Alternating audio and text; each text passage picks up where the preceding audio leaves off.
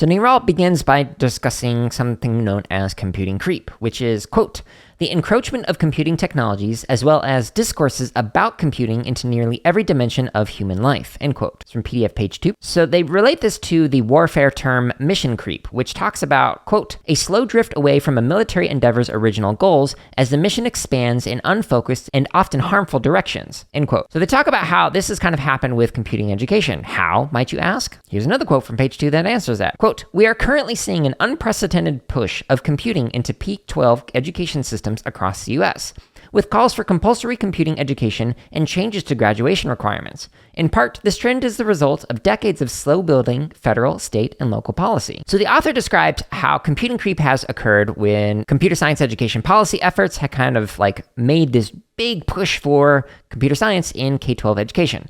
Whether it's like, hey, we're going to have mandatory standards, which I've talked about in recent episodes on some of the problems with standards. Like check out episode 175, The Centrality of Curriculum and the Function of Standards. Quote, the curriculum is a mind-altering device. Or check out the episode before that, 174, Educational Aims, Objectives, and Other Aspirations. These pushes for computer science in the schools have made it so that there's more funding from the government and from corporations, and more opportunities to get computer science into the schools. Sounds great, right? I mean, who wouldn't turn down like a large NSF grant for broadening participation to help out minoritized individuals or groups in communities across the United States? We've also had this push for concepts like computational thinking, which I ranted about in the last episode called The End of Programming, which is episode 176. All of these pushes for computer science education has led to more teachers teaching computer science and more students engaging with computer science. So that's a good thing, right? Well, maybe. The author mentions on PDF page 2, quote, it proliferates with few checkpoints and with little consideration of its effects on society, end quote. So they mentioned that a concept known as mathematical thinkings came about in the post-Sputnik 1950s. And so many mathematics educators drew on analogies between mathematics and like making music, or rather compositions of music, or even plot structures in like Shakespeare's works. And honestly, I hadn't actually heard of this concept, but